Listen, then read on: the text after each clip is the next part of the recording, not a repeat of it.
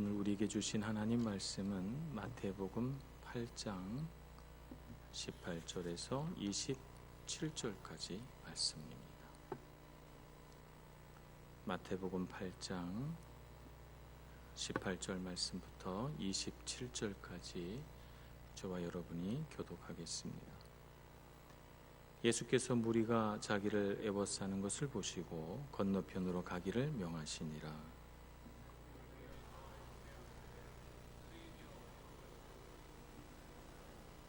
예수께서 이르시되 여우도 굴이 있고 공중에 새도 거처가 있으되 인자는 머리 둘 곳이 없다 하시더라.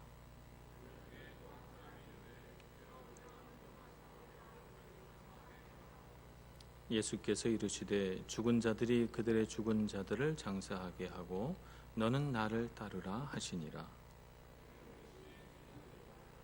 바다에 큰 놀이 일어나 배가 물결에 덮이게 되었으되 예수께서는 주무시는지라.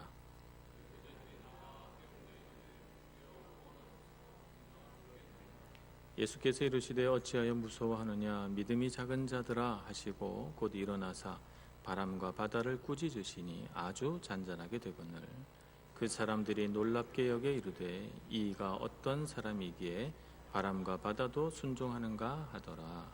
아멘. 예수님께서 산에서 내려오셔서 그리고 하신 일들은 말씀을 가르치는 일이 아니고 병자를 고치시고 귀신을 쫓아내시고 하신 그런 기적 같은 사역들이었습니다. 그래서 우리가 지난 수요일 날 바로 그 앞에 있는 17절 말씀 선지자 이사야를 통하여 하신 말씀이 우리의 연약한 것을 친히 담당하시고 병을 짊어지셨도다 함을 이루려 하심이더라 라고 하는 예수님 안에 있는 긍휼, 우리를 불쌍히 여기시고 우리를 고치시고 치유하시며 회복시키려는 그 예수님의 따뜻한 사랑의 마음을 그분의 사역을 통해서 간접적으로 우리가 보았습니다. 참 감사한 일이죠. 예수님의 마음에 우리를 향한 이런 따뜻한 긍휼의 마음이 있다는 것은 우리에게 정말 말할 수 없이 큰 은혜라고 할 수가 있습니다. 이렇게 예수님께서 기적을 일으키셔서 병자들을 고치시고 귀신들을 쫓아내시고 하는 일들을 보자 산에서 가르치실 때와는 또 다른 반응이 일어났던 것 같아요. 그 반응은 사람들에게 예수님의 이름이 갑자기 널리 알려져서 너도 나도 예수님을 향해 몰려오기 시작했다는 것입니다.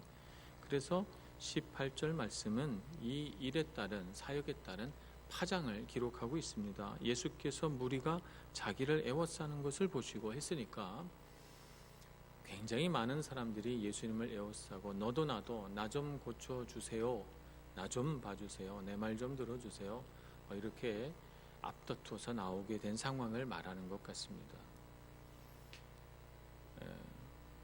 우리 사람의 마음에는 이렇게 사람들에게 인기가 많아지고 그러면 마음이 높아지는 경향이 있습니다. 아, 내가 이렇게 대단한 사람이구나, 사람들이 나를 이렇게 좋아하고 나를 신뢰하는구나 이렇게 생각이 들면 우리는 우리 안에 있는 연약한 죄성은 우리 스스로를 대단하게 여기고 착각하고 우쭐해지는 마음을 갖게 되고요.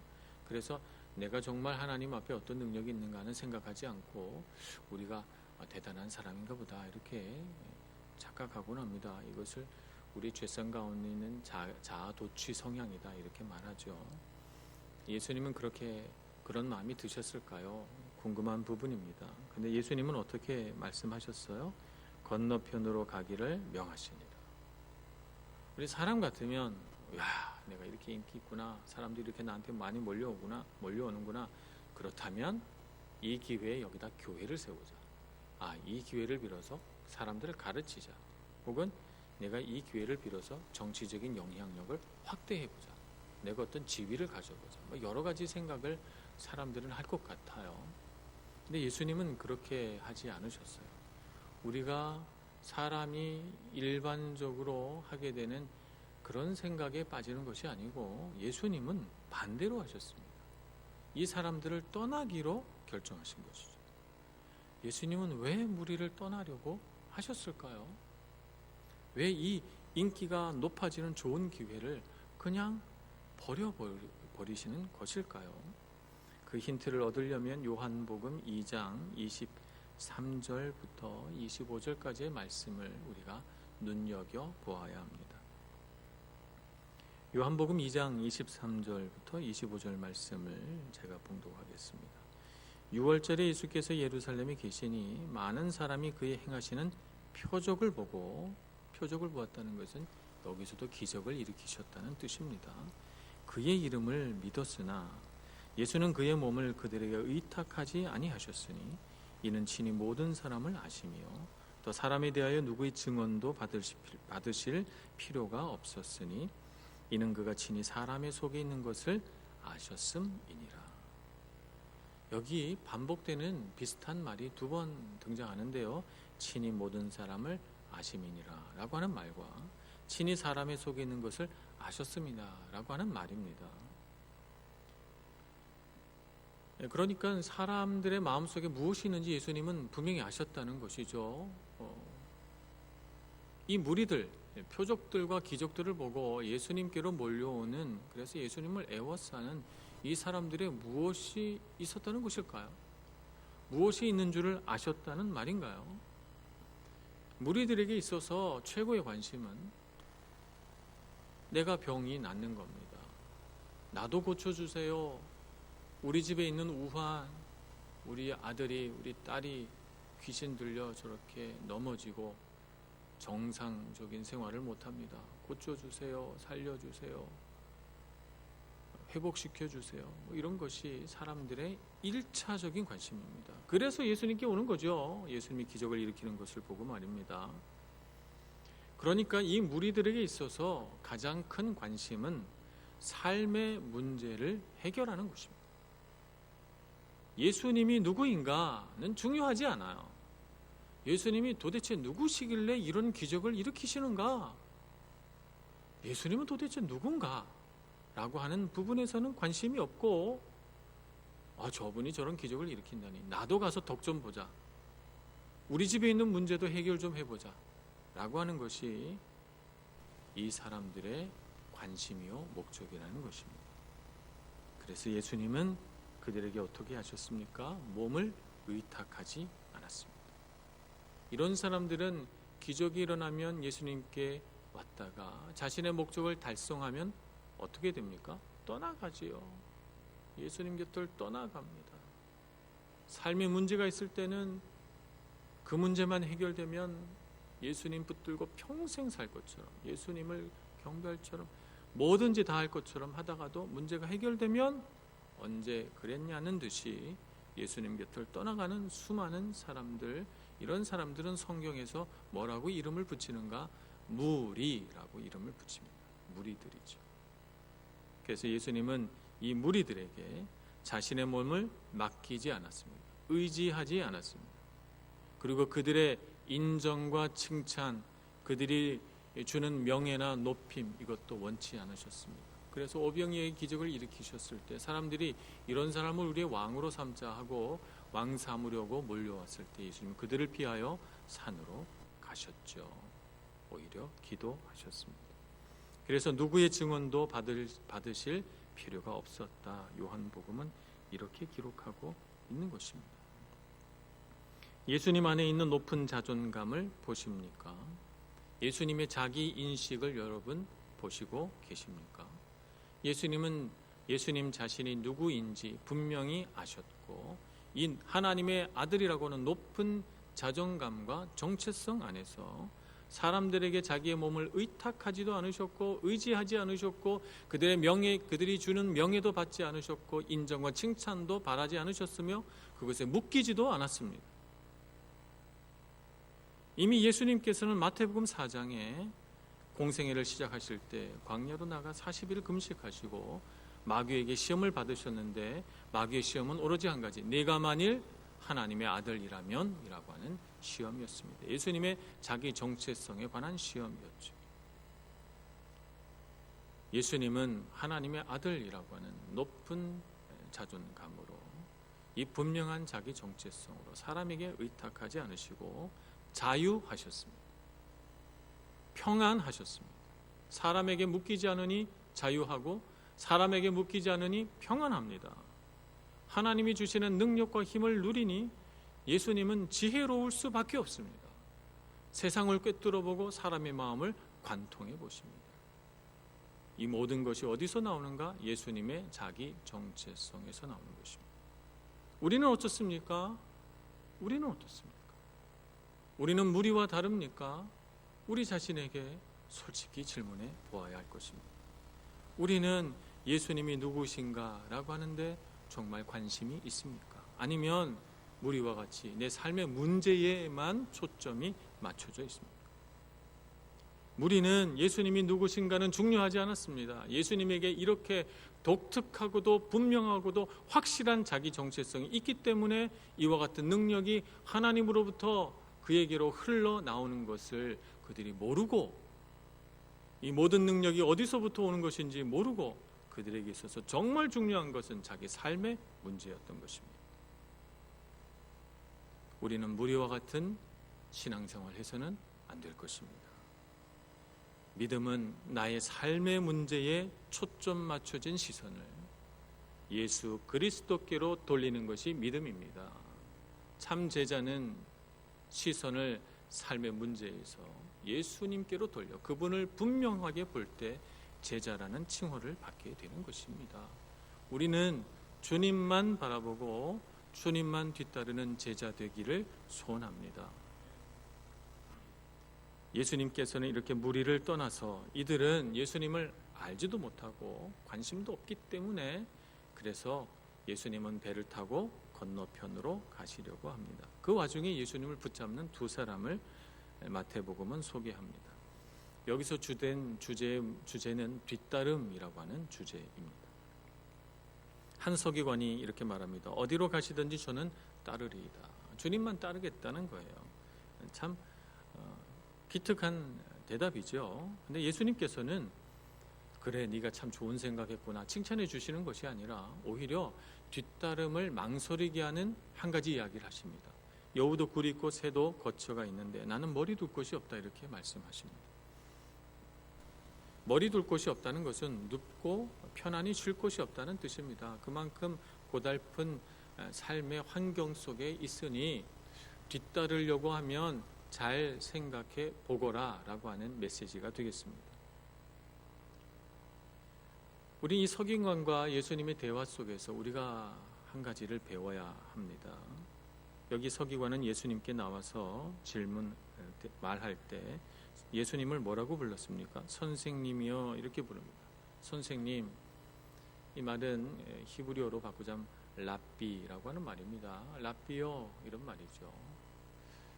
성경에 대한 지식도 많고 지혜로우신 분이니까 나는 서기관, 성경을 필사하고 성경 전문가로서 이렇게 지식도 많고 지혜로운 사람 밑에 배우면 나는 훌륭한 서기관이 되겠구나라고 하는 생각입니다.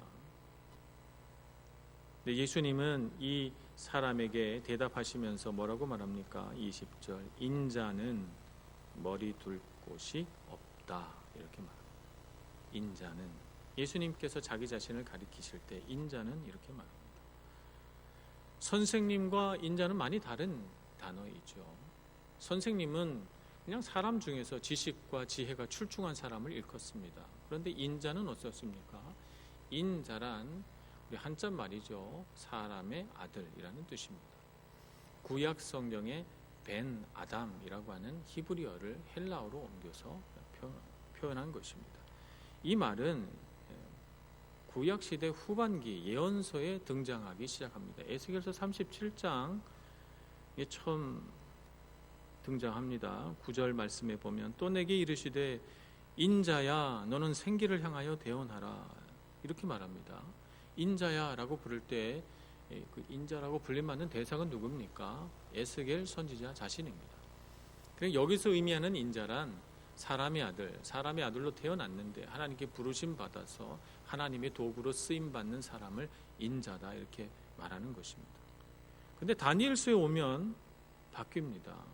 예수님이 태어나기 200년 전쯤에 기록된 250년 전에 기록된 성경입니다. 다니엘서 7장 13절 14절을 제가 읽어보겠습니다. 내가 또 밤 환상 중에 보니 인자 같은 이가 하늘 구름을 타고 와서 옛적부터 항상 계신 이에게 나아가 그 앞으로 인도되매. 인자 같은 이는 인자라고 불리는 어떤 사람을 가리키는 것이고, 옛적부터 항상 계신 이라고 하는 이분은 하나님 아버지를 가리키는 것입니다. 하늘 구름을 타고 하나님 아버지 앞에 나와서 그 앞에 인도되매 하나님께서 이 인자에게 이렇게 말씀하십니다. 14절, 그에게 권세와 영광과 나라를 주고 모든 백성과 나라들과 다른 언어를 말하는 모든 자들이 그를 섬기게 하였으니 그의 권세는 소멸되지 아니하는 영원한 권세요 그의 나라는 멸망하지 아니할 것이니라. 이렇게 말합니다. 누구를 가리키는 것입니까? 하나님의 대리자, 하나님께서 이 땅을 다스리도록 위임한 하나님의 통치권 위임자, 곧 메시아 그리스도를 가리키는 것입니다. 그러니까 예수님께서 선생님이여 라고 부르는 이 서기관에게 인자는 이라고 대답한 것은 결코 우연이 아닙니다.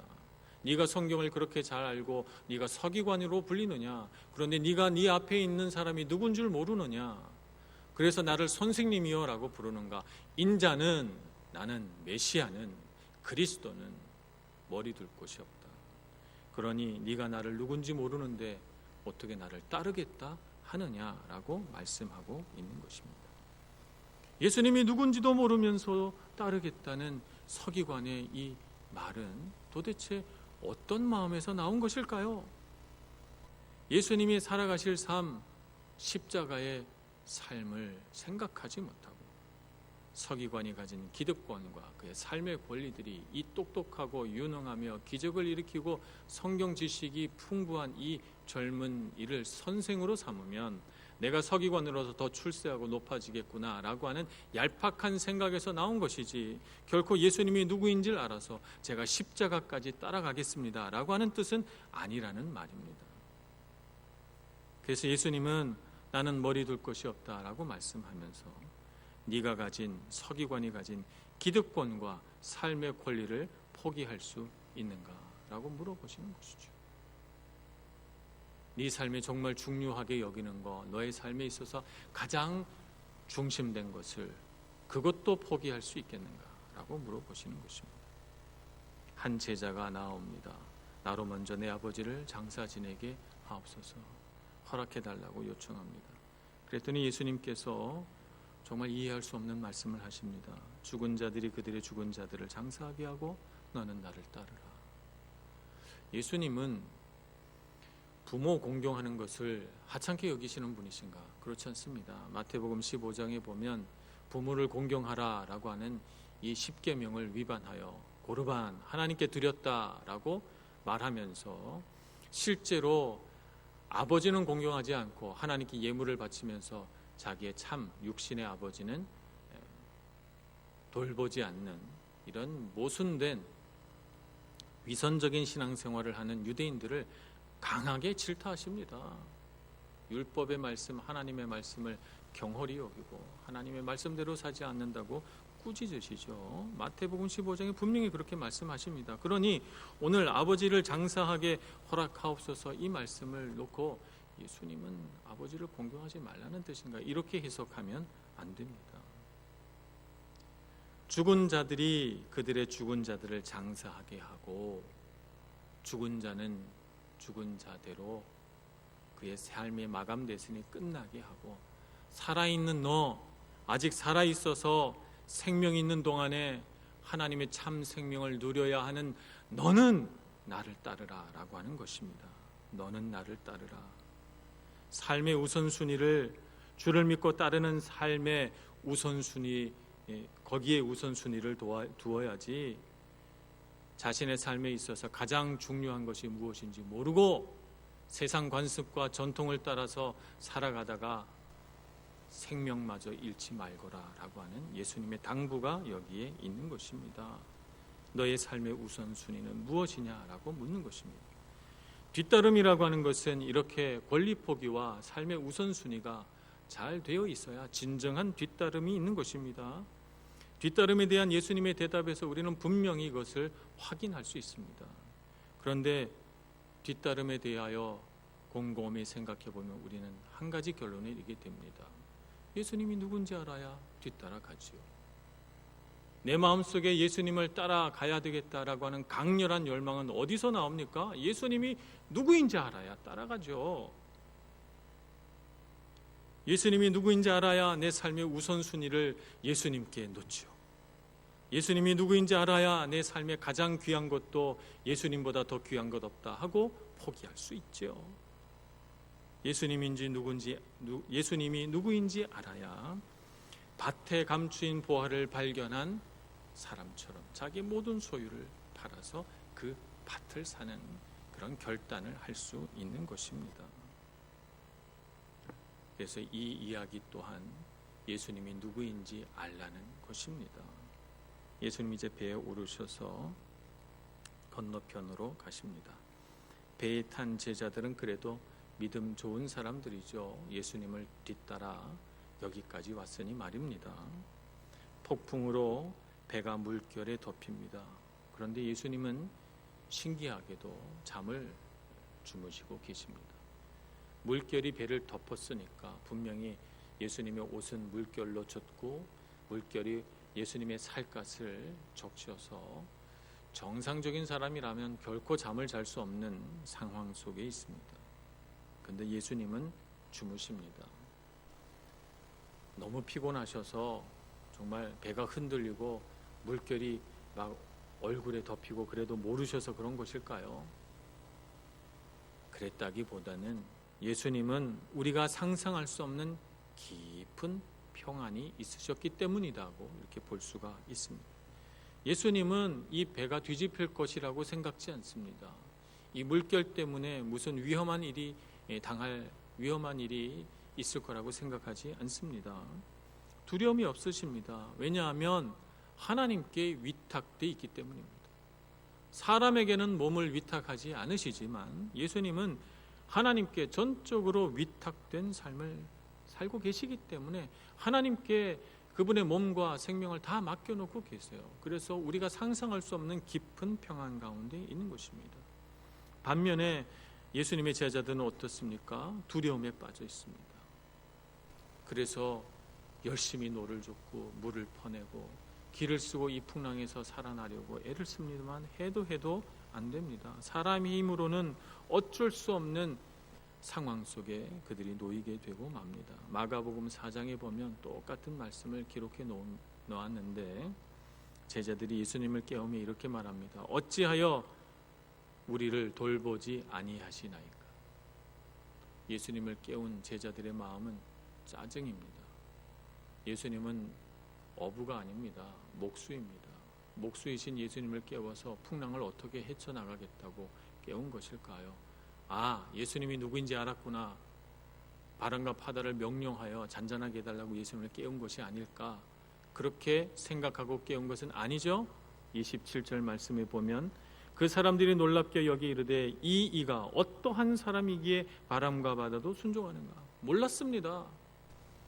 몰랐는데 자기들은 이렇게 애쓰고 있는데 예수님은 쿨쿨 잠만 자니 약이 오르고 속상해서 예수님 깨운 겁니다. 믿음이 있어서 깨운 게 아니고 말입니다. 예수님께서 해결해 주실 줄 믿지도 않으면서 예수님을 깨워 원망합니다. 왜 우리를 돌보지 아니하시나이까? 아니 물이라도 부시지. 뭐 이런 심정이었을까요? 오늘날 우리가 인생을 살아가면서 우리에게도 뜻하지 않은 인생의 풍랑이 많이 옵니다. 우리는 어떤 자세로 우리 인생의 풍랑들을 맞닥뜨려 이 풍랑을 이겨내야 할까요? 믿음 있는 사람이 되어야 합니다. 예수님께서 바람과 파도를 잔잔하게 해 주시기 전에 먼저 제자들을 꾸짖습니다. 이렇게 말합니다. 어찌하여 무서워하느냐 믿음이 작은 자들아. 어찌하여 무서워하느냐. 주님과 함께 살아가는 한 우리에게는 두려울 것이 없습니다. 주님께서 우리와 함께 계신데 우리가 무엇을 두려워하며 무엇을 걱정한단 말입니까? 주님과 함께 있으니 우리가 탄 인생의 배는 결코 뒤집어지지 않을 것입니다. 주님이 주시는 평안을 누리시는 여러분들 되시기를 바랍니다. 믿음이 작은 자들아, 예수님이 누구인지 모르니까 예수님을 깨워서 원망하고 불평하고, 예수님이 바람과 파도를 잔잔하게 해줘도 도대체 이 일이 왜 일어났나 의문을 가지게 됩니다. 우리는 주님이 누구인 줄 알아야 합니다. 주님이 누구이신 줄 아는 것이 우리의 믿음을 자라나게 하는 것입니다. 베드로후서 3장 18절에 그리스도를 아는, 그리스도의 은혜와 그를 아는 지식에서 자라가라 이렇게 말씀하지 않습니까? 그분의 은혜와 그를 아는 지식에서 자라가는 여러분들 되시기를 축복합니다. 우리의 믿음은 그를 알면 알수록 더 믿음이 굳세어질 것입니다. 우리를 둘러싼 환경이나 상황에 요동치지 않고 우리가 기꺼이 우리가 가진 모든 권리들을 포기하고 우리의 모든 삶의 우선순위를 다 내려놓고 예수님만 우리 삶의 우선순위에 놓기를 결심할 수 있을 것입니다. 그렇게 하면 우리가 다 포기하는 것 같지만 예수님이 누구인 줄 아는 사람은, 예수님은 하나님의 아들이신데 모든 것을 갖고 계신 하늘 권세를 가지신 분이신데 모든 것 다 포기하고 예수님 가지면 다 해결하죠. 예수님 안에 다 있으니까 말입니다. 그래서 포기할 수 있는 것입니다. 믿음은 주님 안에 모든 것이 다 있는 줄 알고 내가 움켜쥐지 않고 버려버리고 주님을 따르는 것입니다. 진정한 뒤따름이 있는 제자가 되셔서 삶의 문제에 연연하지 마시고 문제가 깊을수록 삶의 어려움이 많을수록 주님을 바라보고 주님을 더 깊이 알아가는 저와 여러분 되기를 간절히 소원합니다. 기도하겠습니다. 자비로우신 하나님, 우리의 무지함을 깨우쳐 주시고 우리로 하여금 주님이 누구이신지 알기 원하며 또 배우며 경험하며 주님을 우리의 삶 가운데로 깊이 받아들이는 참 제자 되게 하여 주시옵소서. 인생의 풍랑이 와도 두려워하지 않게 해주시고 우리의 구원자 되시며 능력자 되신 예수님만 꼭 붙들고 의지하여 우리 삶의 어떤 어려움도 다 이겨내는 능력 있는 제자 되도록, 믿음 있는 제자 되도록 저희들을 인도하여 주옵소서. 예수님의 이름으로 기도합니다. 아멘.